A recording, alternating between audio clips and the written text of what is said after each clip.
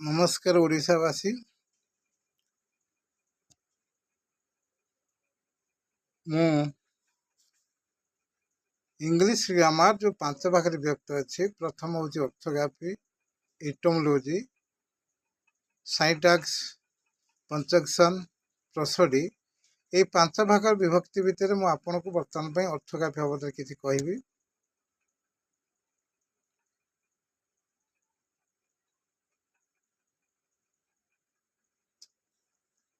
कहवा पूर्व प्रत्येक छात्र छात्री मानक मोर विशेष अनुरोध से माने जहाँ मु कहूँ स्किप न करी ध्यान से शुणु, नोट लिखंतु, निजे प्रयोग करंतु।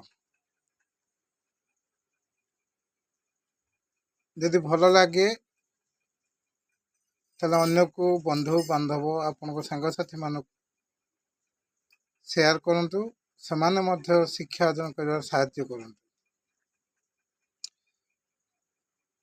ऑर्थोग्राफी जहाँ वर्णमाला बोली कहती, वर्ण प्रकरण।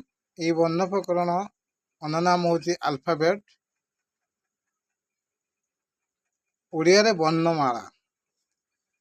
ओडिया रे वर्णमाला 49टी वर्णमाला को लेकिन आम ओडिया रचना करि पारंती, किंतु इंग्राजी रे सही वर्णमाला बा अल्फाबेट 26टी अक्षर अच्छी। ये 26टी अक्षर जहाँकि ए पाखु आरंभ हो जेड पर्यंत शेष होती। ये 26टी अक्षर को 26टी अक्षर को आम जदि कहवा लेटर भाव ताकू तीन भाग विभक्त कराई। एक रे कैपिटल लेटर जहाँकि बड़ अक्षर, स्मॉल लेटर सान अक्षर, कर्विस लेटर छटा अक्षर। आम 26टी अक्षर को तीन प्रकार आम लिखिपर। बड़ अक्षर भाव लिखिपर, सान अक्षर भाव लिखिपर, छटा अक्षर भाव लिखिपर। Capital letter, small letter, cursive letter.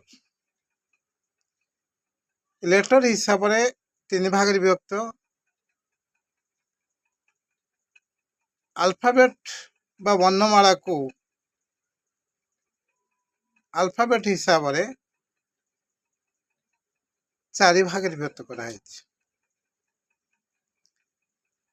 आपण कैपिटल लेटर को जानतु, स्मॉल लेटर ऊपर को जानतु कि कर्विस लेटर ऊपर को जानतु। ये 26टी अक्षर प्रत्येक लेटर ऊपर 26टी अक्षर रही। ये 26टी अक्षर को 4 भाग विभक्त कराई। भावेल स्वरवर्ण,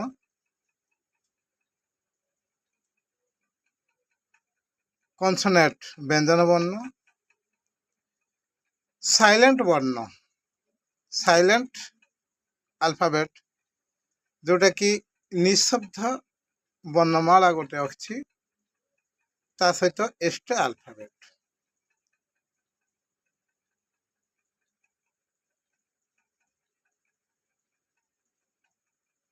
आपण को समस्त जानी भावेल जोटा कि स्वरवर्ण ए ई आई ओ यू। ये 5टी हूँ भावेल रही समस्त ज्ञात। तथापि मन पकई दूसरी आउ थे भी कहूँ ए ई आई ओ यू। ये 5टी को छेड़देले आम जाना कथा। आम जानी आउ जेतेक रही से सब कॉन्सोनेंट बा व्यंजन वर्ण, किंतु ना ये 5टी को छाड़ला आउ जो 21टी सब अक्षर रहिला, ये अक्षर को साइलेंट बा निशब्द अक्षर अच्छी। से निशब्द बा साइलेंट वर्ण हूँ C, H K G T U W S N अपन देखंतु C G H K N T U W S এই নটি ছাড়ি দিଅନ୍ତୁ 21 जो 21 अक्षर रहा ता मध्य 9टी छाड़ी दिंतु ये हेले साइलेंट अल्फाबेट जोटा को निशब्द वर्णमाला कहती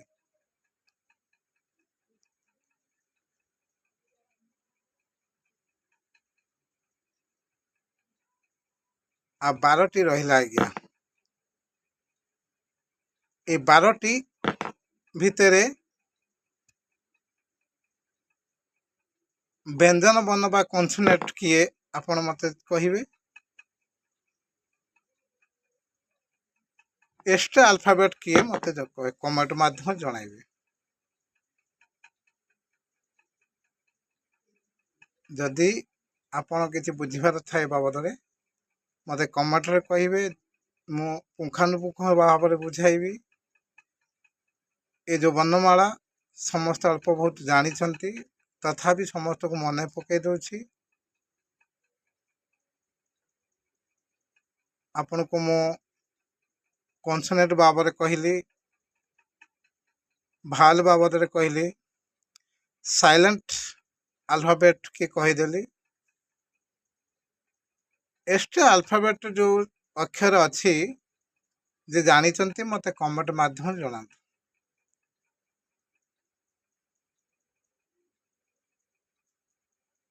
नेक्स्ट अध्याय मु आपन को इटोमोलॉजी बाबद वर्णना करी प्रत्येक छात्र छात्री मान को विशेष अनुरोध मो चैनल को ध्यान से देखंतु नोट करंतु ताको शिखंतु यदि आपन को भल लगिला आपण सांग साथी बंधु बांधव समस्त को शेयर करंतु समस्त को शिक्षा सुजोग दिंतु रोज।